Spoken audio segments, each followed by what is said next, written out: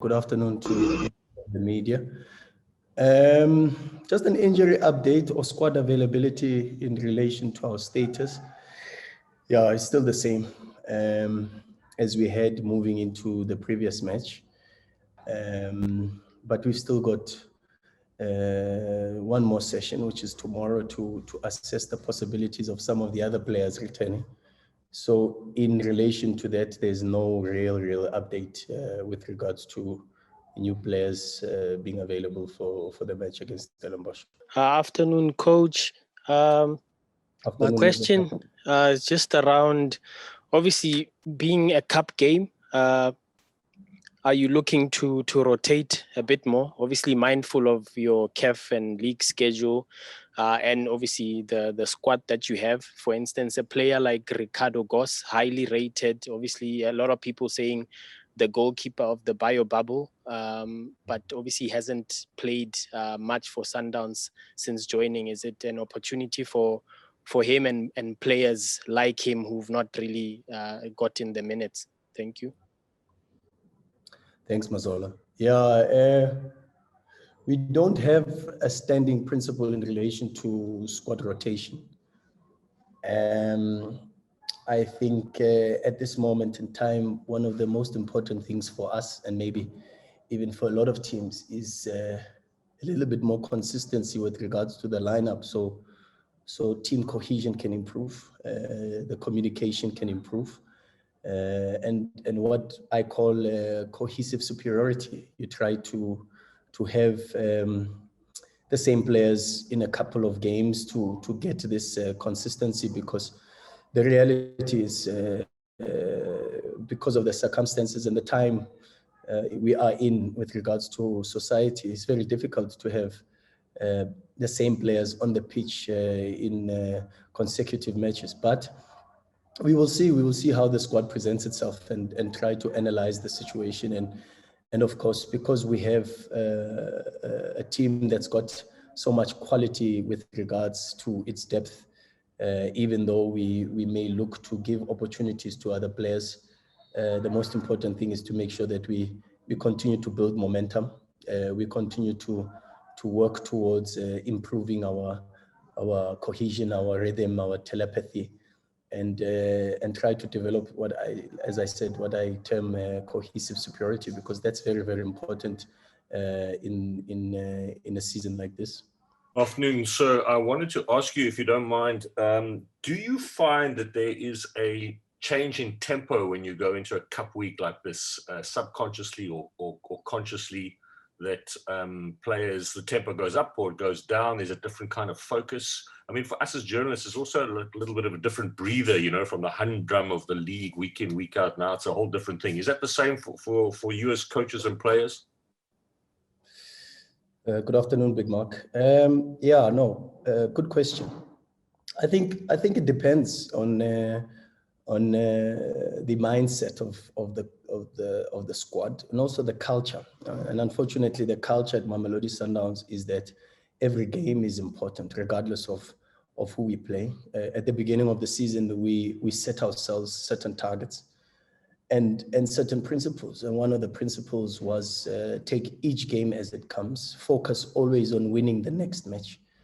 And of course, we know we can't win all the matches, but if we focus on trying to win all the matches, one match at a time, regardless of the portfolio, that is really our focus. And in this moment, we try to focus on Stellenbosch, who we know that in the last 5 matches, they've had only 1 win out of 5, which was against TTM. They've lost 2 and they've drawn 2. But a very good draw against Kaizer Chiefs, where they dominated and created a lot of chances against the big side. And the result against Black Leopards was a good point for them in relation to the battle that they face towards the mid-table, bottom half of the table. So a team that is we know is very strong. We know it is very difficult to break them down because of the formation that they play. And we know we've got to work extremely hard in relation to playing against a PSL side in the Nedbank Cup, because We would have loved maybe to play probably a weaker side, but the reality is it's a PSL side, it's a strong side, well-coached side, with a very strong tactical structure that allows them to use the players that they have to their strengths. And let's see what happens. The opportunity itself, the fixture itself doesn't give us any some form of room for complacency. In terms of, I know, Coach, a team like Sundowns is obviously used to playing as many games as possible, but how different is it now, especially with regards to COVID? I mean, I think, if I'm not mistaken, the team is playing a lot of games now every week in and week out. How are you coping with that, and also the players? How is it affecting the team at all? Yeah, of course. And as I alluded to earlier on, football has a lot of dynamics, and you play certain matches within a match and try to get advantages in certain areas of the pitch. And then from a collective perspective, you know that the team that has what we would term as coaches qualitative superiority. Sometimes the match is decided on individual brilliance. Last night you see Barcelona, how Suarez, Messi make the difference. And then you win the game based on what we term qualitative superiority. But then when the quality is evenly matched, and of course, or the gap between the two sides from a quality perspective is not so large to influence a result, then you're looking at this cohesive superiority, which is a team that's got more communication, or better communication, a better rhythm, better consistency in their lineup, and they've got this telepathic understanding. Sometimes that's what gives you the advantage. And when you don't have the opportunity to play the same lineup game in and game out, of course, in a season like this, it counts against you and the development of your team in relation to going through good patches and going through bad patches, because that's when the character and the personality of the team develops even further. So when we went through a little bit of a slump with 3 draws, we couldn't have the same players going through that slump, but we went through it as a group, as a club. Unfortunately, then you still have players that are in isolation, and then the connection from a social perspective in terms of getting through the moment together, feeling the pain of not winning matches in 3 matches in a row, doesn't allow for the character, the personality of the team to develop as quick as you would like. So that's the disadvantage. Is you would like to see, like every other squad, you'd like to see the squad going through good moments like we've gone through, but also go through the difficult moments together, so that you can develop the dynamics within the group, the character within the group, and develop then the profile of the team a little bit better. And then you move into, of course, what maybe in hindsight is an advantage of COVID in relation to the rest that certain players get. And it's been beneficial for players like Nascimento, who would probably play consecutive matches, and he's got some time off. Rivaldo's got some time off. So you've got to take the pros and the cons. The pros being that you get a little bit of time to refresh the squad, to give some players some regeneration and rest period. But at the same time, you also lose a little bit more from a tactical perspective, and more than anything else, also from a social perspective, where it becomes very difficult to develop the group and the profile of the squad. Coach Rob Delport in Cape Town, you did kind of touch on it, but how much of your tactics have been dictated by the availability of players? Because obviously you've played a few players out of position every now and then, and with that, how nice is it to see some of these guys coming back? Yeah, I think I think with the squad that we have, first it's a blessing, because with the depth that we have, we really don't look at a playing model. We can't. It becomes very difficult. And I think even if you look at the rest of the world, maybe apart from a team like Leeds, who I think have been very consistent with regards to a game model, and Bielsa is very rigid with regards to that. But even Manchester City have adapted their way of playing.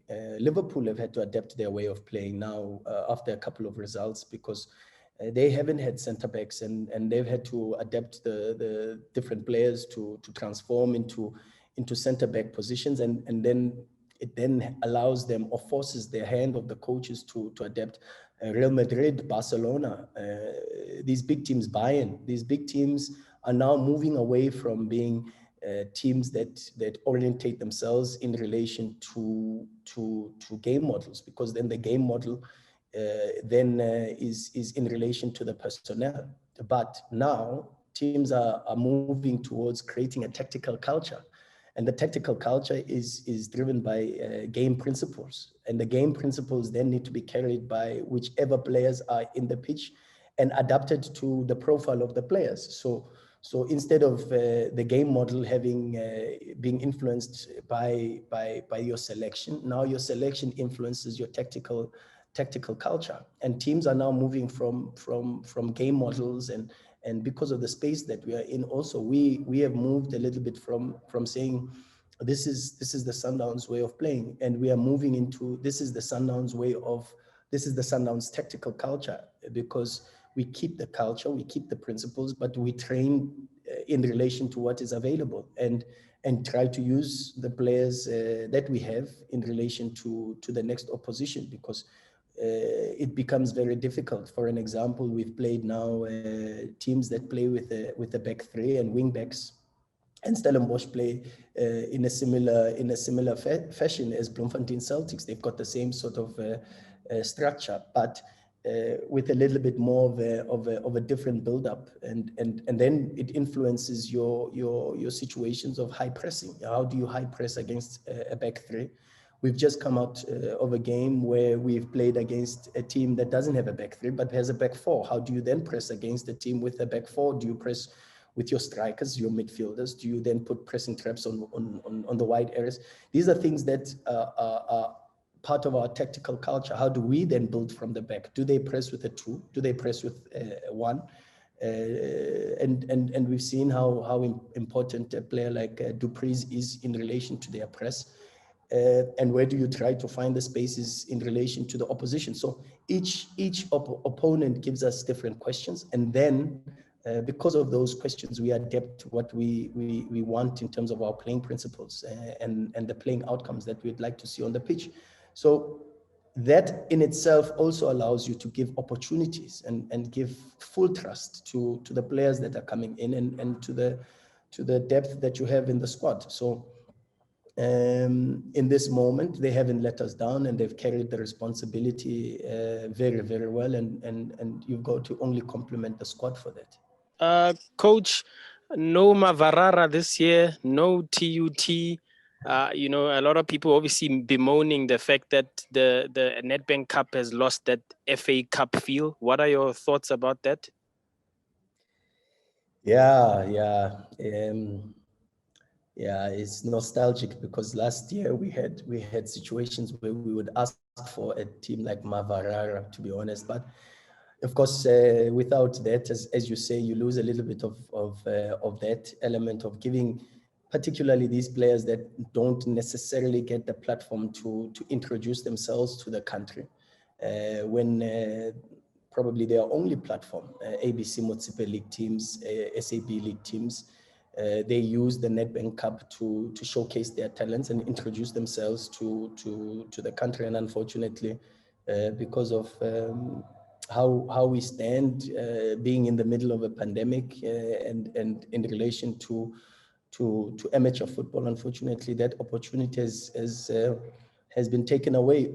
The reality is that it's a fantastic platform, and hopefully next season we can continue with regards to giving these players from amateur levels and semi-professional levels an opportunity to introduce themselves to the country and use the platform to get better contracts, better teams, and showcase their talent so they can improve their lives and improve and and help the development of the country, because then the pool of players that are then moved into professional level, it becomes bigger and better, and it can only mean that South African football improves a lot in relation to how we scout and improve the quality of players available for professional teams. So unfortunately this year we lose that aspect, and that's probably for me the biggest aspect that you lose. You lose the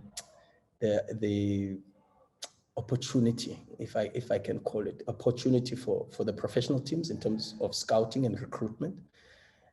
But also the opportunity for some of these young boys coming from rural areas and coming from underprivileged backgrounds to be able to give themselves an opportunity to play against big teams, to play on a bigger stage, on TVs, and use the platform to introduce themselves to the country. And I hope that things settle down, and next season we can reintegrate these teams from the lower levels back into the framework.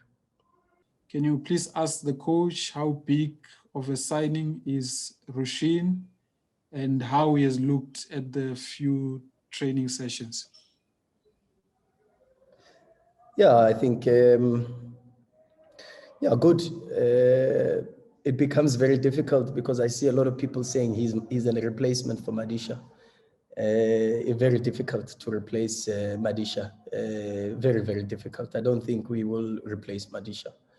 And I don't think Daruk is in his own qualities and with respect to the profile that he has. I don't think he views himself as a replacement for Madisha. I think if you look at Madisha's profile already by 23, which is something you don't get in this country, he had already played Club World Cup. He had already played CAF Champions League and won CAF Champions League at the age of 23, something that you don't get in this country. And that extensive sort of experience, not just with regards to club football, but also with international football, being the only captain in South Africa to captain a national side in Russia and win a trophy, and with that experience and with that quality, of course, losing a player like that, it becomes very difficult to speak about replacing someone with that pedigree. And may his soul rest in peace. And it's a huge loss for us, not just from a technical perspective, but also from a human quality perspective. They didn't come any better than Ace, and we've got to move on. But Durek has come in. He's got very, very good qualities. We've seen with him at Maritzburg, although the way of playing at Maritzburg, of course, under different coaches has been slightly different. He is a centre back that is adapted to the model of play of Sundowns. As I mentioned before, that at times, because of the culture that we go into certain matches with, then we speak about, do we high press, and that then says our centre halves must keep a high line and be brave enough to deal with the situations of defending with 30 meters, 40 meters behind them. And he's got the qualities to be added to that sort of philosophy or that sort of profile if we adapt to that. And at times maybe we are forced to reinforcing, going to zone 2 or even to zone 1, and then is he a player that can defend in the red zone? Of course, you can see that at Maritzburg, particularly under Eric Tinkler, when they were really a transitional side, he was a player that could deal very well with the space in front of him and sit in a lower block, but be able to bring the ball out from the back and initiate counterattacks for his side. So we've done our homework. We've looked at the profile of the player, very strong aerially in his duels, and comparing him to the rest of what we would say the best centre backs in the country. 1, 2, the best centre backs at Sundowns, all the other centre backs at Sundowns, and then comparing him to the international norms and what we've formulated as key performance indicators globally in relation to how we want to play. Then those KPIs shown that we've got one of the best centre backs in the country, and a centre back that with his age has a lot of potential. Unfortunately, he hasn't started training with us. There was a lot more paperwork that needed to be done, a lot more medical examinations. He comes from some form of medical problems when we got him. He had an injury prior to him playing the previous match for Maritzburg, and other medical issues, and we had to make sure that we are very thorough in our assessment in relation to that, and get his medical history. And we couldn't take chances by just inducting him into the squad without being very thorough with our processes, particularly at this time of the program that we are in globally in relation to the COVID situation. So, yeah, we are excited. We are happy that he's joined us. Very multifunctional. Can use what we call is ambidextrous sort of player. Can use his left, can use his right. Very good in his aerial duels, very good on his one-on-one situations in terms of defensive duels on the ground. Has really very good defensive data in relation to all the other centre backs in the country. So we feel we've got a very good prospect, and a player that upon meeting him and doing our research, is a very humble boy, and is a boy that shows that he's got a coach of humility and coachability, which is very important for us. We're bringing players that we feel are good human beings. And when you have a squad of 33, 34, it's very important that apart from the